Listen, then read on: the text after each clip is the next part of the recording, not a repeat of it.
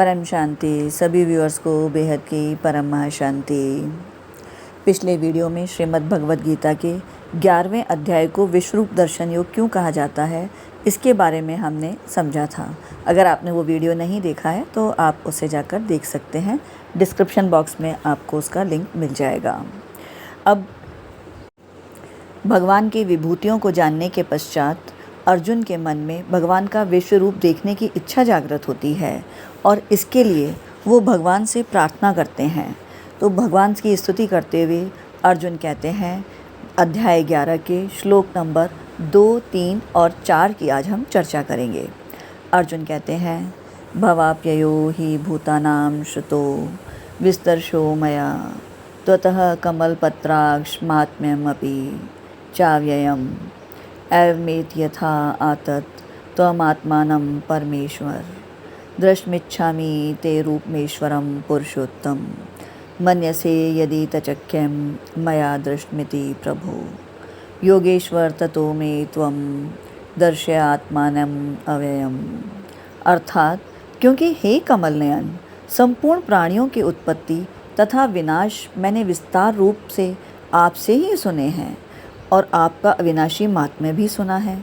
हे पुरुषोत्तम, आप अपने आप को जैसा कहते हैं यह वास्तव में ऐसा ही है। हे परमेश्वर, आपके ईश्वर संबंधी रूप को मैं देखना चाहता हूँ। हे प्रभु, मेरे द्वारा आपका वह ऐश्वर्य रूप देखा जा सकता है, ऐसा अगर आप मानते हैं तो हे योगेश्वर, आप अपने उस अविनाशी स्वरूप को मुझे दिखा दीजिए। यहाँ अर्जुन के कहने का तात्पर्य है, जैसा कि 7वें अध्याय के अंदर भगवान ने पहले कहा था कि मैं संपूर्ण जगत का प्रभाव और प्रलय हूँ, मेरे सिवाय अन्य कोई कारण नहीं है। सात्विक, रजस और तामस भाव मेरे से ही होते हैं। सात्विक, रजस और तामस भाव, इस पर भी हमने एक वीडियो बनाई है, क्योंकि यही तीनों मनुष्य जीवन में 3 अदृश्य बंधन हैं। इन 3 गुणों पर भी हमने चर्चा की है। अगर वो वीडियो आपने नहीं देखा है तो आप उसे भी देख सकते हैं, उसका लिंक भी आपको डिस्क्रिप्शन बॉक्स में मिल जाएगा। अर्जुन के कहने का तात्पर्य है कि प्राणियों के अलग अलग अनेक तरह के भाव मेरे से ही उत्पन्न होते हैं, ऐसा भगवान ने अर्जुन को 7वें अध्याय में कहा था। संपूर्ण प्राणी मेरे से ही होते हैं और मेरे से ही सब चेष्टा करते हैं, ऐसा भगवान 10वें अध्याय में विभूति योग के समय भगवान अर्जुन को बताते हैं कि प्राणियों के आदि, मध्य तथा अंत में मैं ही हूँ और संपूर्ण सृष्टियों के आदि, मध्य तथा अंत में भी मैं ही हूँ। इसी को लेकर अर्जुन यहाँ कहते हैं कि मैंने आपसे प्राणियों की उत्पत्ति और प्रलय का वर्णन विस्तार से सुना है। इसका तात्पर्य है कि प्राणियों की उत्पत्ति और विनाश सुनने से नहीं है, प्रत्युत इसका तात्पर्य यहाँ यह सुनने से है कि सभी प्राणी भगवान से ही उत्पन्न होते हैं, भगवान में ही रहते हैं और भगवान में ही लीन हो जाते हैं, अर्थात सब कुछ भगवान ही हैं। अर्जुन का कहने का तात्पर्य है कि भगवान सब कुछ आप ही हैं। इस प्रकार आपकी विभूति और योग को तत्व से जानने का महात्म्य भी मैंने सुना है। महात्म्य को अव्यय कहने का तात्पर्य है कि भगवान की विभूति और योग के तत्व से जानने पर भगवान में जो भक्ति होती है, जो प्रेम होता है, भगवान से जो अभिन्नता होती है, वह सब अव्यय ही तो है। कारण कि भगवान अव्यय हैं, नित्य हैं, तो उनकी भक्ति प्रेम भी अव्यय ही होगा, अर्थात वह कभी भी नष्ट नहीं होता। इस श्लोक में अर्जुन अपनी दृष्टि से उनके मोह को नष्ट होने का कारण बता रहे हैं। अर्जुन ने भगवान का विनाशी महात्म्य भी सुना और अविनाशी महात्म्य भी सुना। यह भगवान का विनाशी अर्थात परिवर्तनशील महात्म्य है। मनुष्य भगवान के साथ किसी भी प्रकार से संबंध जोड़ ले तो वह कल्याण ही करेगा। यह भगवान का अविनाशी अर्थात अपरिवर्तनशील महात्म्य है। तात्पर्य है कि सत असत सब कुछ भगवान ही तो हैं। अर्जुन कहते हैं, हे भगवान, मेरी दृष्टि में इस संसार में आपके समान कोई भी उत्तम श्रेष्ठ नहीं है, अर्थात आप ही सबसे उत्तम हैं और आप ही सबसे श्रेष्ठ हैं। हे पुरुषोत्तम, आपने मेरे प्रति अपने अलौकिक प्रभाव का, सामर्थ्य का जो कुछ भी वर्णन किया है, जैसे यह संसार मेरे से ही उत्पन्न होता है और मेरे में ही लीन हो जाता है, अर्थात आपसे उत्पन्न होता है और आप में ही लीन हो जाता है। मेरे सिवा और कोई भी कारण नहीं है, अर्थात सृष्टि में जो कुछ भी है उसका सब कारण आप ही हैं। आप ही ने कहा है कि ब्रह्म, अध्यात्म, कर्म, अधिभूत, अधिदैव और अधियज्ञ रूप से मैं ही हूँ। अनन्य भक्ति से प्रापणीय परम तत्व भी मैं ही हूँ। मेरे से ही यह संपूर्ण संसार व्याप्त है, पर मैं संसार में और संसार मेरे में नहीं है। सत और असत रूप से सब कुछ मैं ही हूँ। मैं ही संसार का मूल कारण हूँ और मेरे से ही सारा संसार सत्ता स्फूर्ति पाता है। यह संसार मेरे किसी एक ही अंश में स्थित है, ऐसा भगवान ने 10वें अध्याय में अर्जुन को बताया था। तो अर्जुन यहाँ पर कहते हैं कि आपने यह सब कुछ जो भी मुझे बताया था वह सब का सब यथार्थ ही है। अर्जुन कहते हैं, मैंने आपसे आपका महात्म्य सहित प्रभाव सुन लिया है और इस विषय में मेरे हृदय में दृढ़ विश्वास भी हो गया है कि जो कुछ भी आपने कहा है वह संपूर्ण सत्य है। संपूर्ण संसार आपके एक अंश में ही है।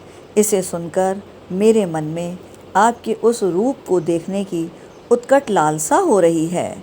आप इतने विलक्षण और महान होते हुए भी मेरे साथ कितना स्नेह रखते हैं। अर्जुन कहते हैं कि आप मुझसे कितनी आत्मीयता रखते हैं कि जैसा मैं कहता हूँ वैसा ही आप करते हैं। मैं जो कुछ भी आपसे पूछता हूँ आप उसका बहुत प्रेम से उत्तर देते हैं। इस कारण से आपसे कहने में, पूछने का किंचित मात्र भी संकोच न होने के कारण मेरे मन में आपका वह रूप देखने की बहुत इच्छा हो रही है। आपके जिस रूप में एक अंश में ही संपूर्ण संसार व्याप्त है, ऐसा वह रूप देखने की मेरी इच्छा हो रही है। यदि आप मेरे में विराट रूप देखने की सामर्थ्य मानते हैं तब तो ठीक है, नहीं तो आप मेरे को ऐसी सामर्थ्य दीजिए जिससे मैं आपका वह ऐश्वर्य, ईश्वर संबंधी रूप देख सकूं। आगे अर्जुन कहते हैं, अगर आप अपना वह रूप नहीं दिखाएंगे तो भी मैं यही मानूंगा कि आपका रूप तो वैसा ही है जैसा आपने कहा है, पर मैं उसको देखने का अधिकारी नहीं हूँ। मैं इस योग्य नहीं हूँ, मेरे में वो पात्रता नहीं है कि आपका रूप देख सकूं। इस प्रकार अर्जुन यह बताना चाहते हैं कि भगवान के वचनों में किंचन मात्र भी संदेह नहीं है, प्रत्युत उनका दृढ़ विश्वास है। इसीलिए वो कहते हैं कि आपका वह स्वरूप तो अविनाशी है, जिससे कि अनंत सृष्टियाँ उत्पन्न होती हैं और उसमें स्थित रहती हैं और उसी में लीन हो जाती हैं। तो आप अपने ऐसे अविनाशी स्वरूप के दर्शन कराइए। यहाँ एक बात और समझने वाली है कि इस प्रकार की स्तुति करते हुए इस बार अर्जुन ने पूरा ध्यान रखा है, जैसा कि 10वें अध्याय में जिसे कि विभूति योग कहते हैं, उस समय उन्होंने कहा था कि आप सभी विभूतियों को बता दीजिए। जैसा कि संसार में अक्सर हम देखते हैं कि कोई अगर लालच पूर्वक अधिक मांगता है तो देने वाले का भाव कम हो जाता है और वह थोड़ा कम ही देता है, और इसके विपरीत यदि कोई संकोच पूर्वक कम मांगता है तो देने वाला उदारता पूर्वक उसके मांगने से कहीं ज़्यादा देता है। जैसा कि अर्जुन ने विभूति योग में विभूतियों के समय कहा था कि आपकी जितनी भी विभूतियां हैं उन सभी को आप कह दीजिए, तो भगवान ने क्या कहा कि मेरी विभूतियां तो अनंत हैं, मेरी विभूतियों का कोई अंत नहीं है, इसीलिए मैं अपनी विभूतियों को संक्षेप से कहूँगा। इसीलिए इस बार अर्जुन ने पूरी सावधानी रखते हुए ये ध्यान रखा कि उनसे कोई ऐसी अनुचित बात ना आ जाए, और प्रार्थना के अंदर उन्होंने इसका पूरा ध्यान रखा। इसीलिए वो ये कहते हैं कि अगर आप मुझे पात्र समझते हैं तो अपना विराट रूप दिखाइए, अगर आप पात्र नहीं समझते, आप ये नहीं मानते कि मेरे में सामर्थ्य है, तो आप मुझे वो सामर्थ्य दीजिए। पर उन्होंने भगवान के उस विराट रूप के ऊपर अपना पूर्ण विश्वास जताया और उसके बाद उस अविनाशी रूप को देखने के लिए प्रार्थना की। उन्होंने यहाँ पर सब कुछ भगवान पर ही छोड़ा है कि आप जिस तरीके से उचित समझें आप वैसा कीजिए। अगर आप पात्र समझें तो बता दीजिए, नहीं समझें तो सामर्थ्य दीजिए, पर मुझे आपके उस अविनाशी स्वरूप पर पूर्ण विश्वास है। उन्होंने किसी प्रकार का अविश्वास यहाँ जाहिर नहीं किया। अब भगवान का विराट स्वरूप किस प्रकार का है, किस प्रकार भगवान अर्जुन को विराट स्वरूप के दर्शन देते हैं, इसकी चर्चा हम अपने आने वाले वीडियो में करेंगे। तो इसीलिए इसको आगे तक जानने के लिए हमारे साथ बने रहें और इस प्रकार की ज्ञानवर्धक जानकारी के लिए हमारे चैनल पर बने रहें। पहली बार आए हैं तो चैनल को सब्सक्राइब ज़रूर करें ताकि इस तरह की ज्ञानवर्धक जानकारी आपको मिलती रहे। और अगले वीडियो में हम विश्व रूप दर्शन किस प्रकार से अर्जुन को दिखाते हैं अपना विराट रूप भगवान, उसके बारे में चर्चा करेंगे। तो हमारे साथ बने रहें। वीडियो को पूरा देखने के लिए सभी व्यूअर्स का बेहद का परम धन्यवाद। बेहद की परम महाशांति।